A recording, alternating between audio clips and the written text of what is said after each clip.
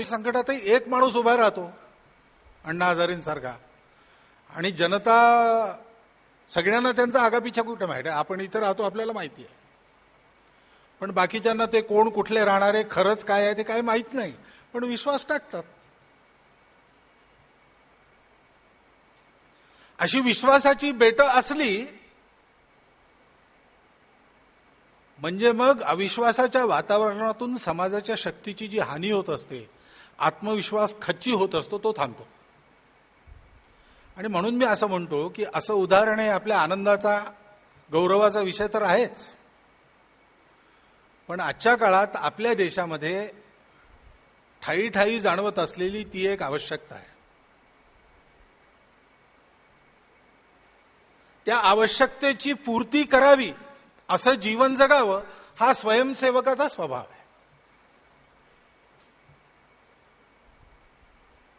125 कोटीचा तोटा भरून काढून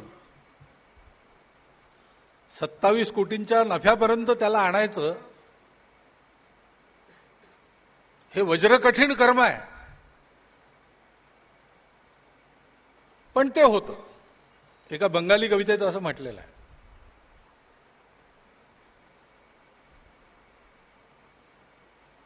की तुझं मन जर निर्मळ आणि सद्भावनायुक्त असेल आणि किनाऱ्याचा मोह सोडायला जर तू तयार असशील,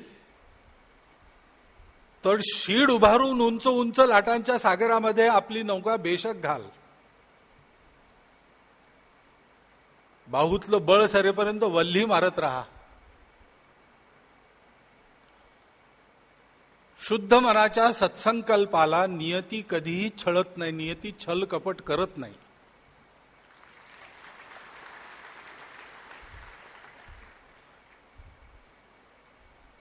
तर होतं असं कधी कधी जीवनाची वाटचाल करताना, व्यक्तीला काय, संघटनांना, संस्थांना काय, बरे वाईट सगळे चढ उतार जीवनाचे पाहावे लागतात. पण त्यांनी खचून न जाता आपण कोण आहोत, आपली कुलरीती काय आहे हे लक्षात घेऊन,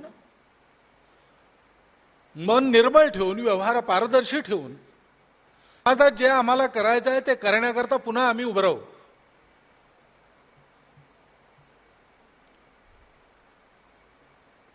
अशी जिद्द धरून कोणी उभं राहतो आणि संकट पार करून पुन्हा यशाच्या स्थितीत येतो.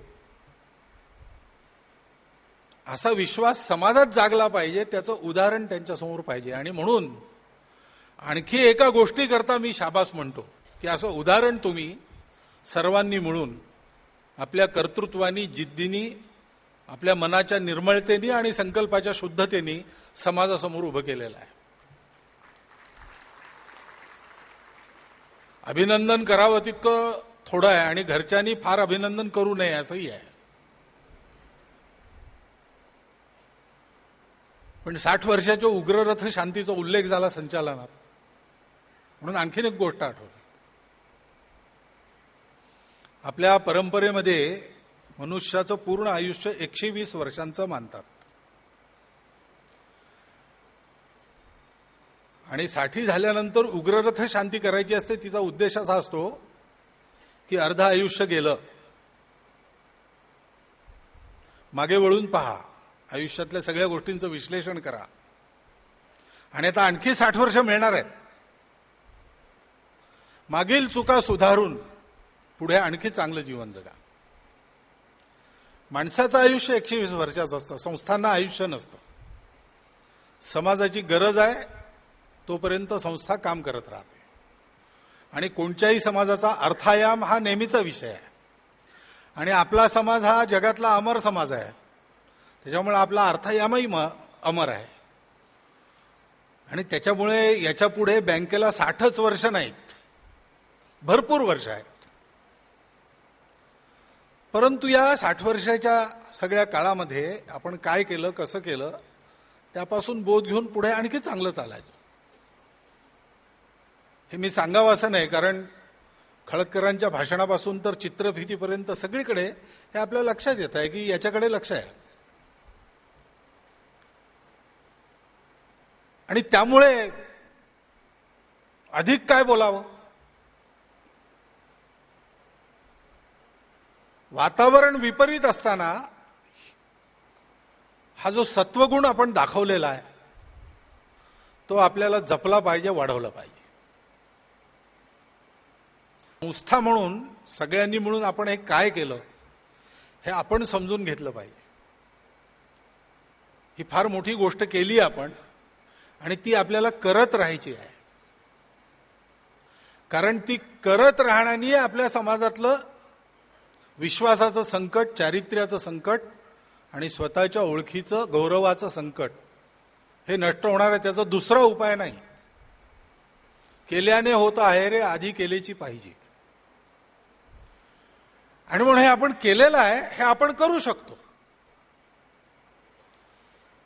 हे आपण करू शकतो अशी क्षमता आपली आहे असा अनुभव ज्यांना आला आहे त्यांचं आजच्या काळात हे कर्तव्य आहे की त्यांनी हे करत राहिलं पाहिजे. म्हणजे ते हे आपल्यासारखेच असून हे सगळं करू शकतात हे पाहून समाजातले बाकी सगळे लोक उमेदीने ते करू पाहतील, करू धसतील. त्यातून समाजाचा उद्यम, समाजाला दिशा सापडेल आणि त्यातनं या सगळ्या गोष्टी सुधारतील. 3 अक्षरांचा शब्द बँकेनी स्वतःला केवळ त्याच्याकरता नाही, बँकेने एक उदाहरण उपस्थित केलेलं आहे. आजच्या विश्वासाच्या संकटामध्ये कठीण काळातही सगळीकडून अविश्वासाचा मारा होईल अशी परिस्थिती असतानाही समाजाचा आपल्याविषयीचा तो विश्वास आपल्या पारदर्शी चारित्र्यातून कायम ठेवून पुन्हा आपल्या जिद्दीने, मेहनतीने संकटात असून शॉर्टकट न घेता केवळ आपल्या स्वत्वाच्या भरवशावर कार्यसिद्धी आपण करू शकली. क्रियासिद्धी सत्वे भवती महता नोपकरणे. हा स्वतःला उद्बोधक आणि समाजाला पथप्रदर्शक असा एक अनुभव आणून दिला, त्याबद्दलही शाबास. आणि ही वाटचाल पुढे अशी चालू ठेवायची आहे. त्या वाटचाली करता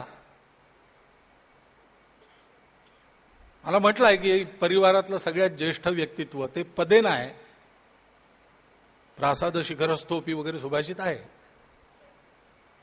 पण त्याच्यामुळे ते कर्तव्य मला प्राप्त झालेलं आहे, ते मला म्हणावं लागेल. त्याच्या पुढच्या वाटचालीकरता सुद्धा पुन्हा एकदा शाबास अशी त्रिवार शाबासकी देऊन माझं हे चार्ज मी समाप्त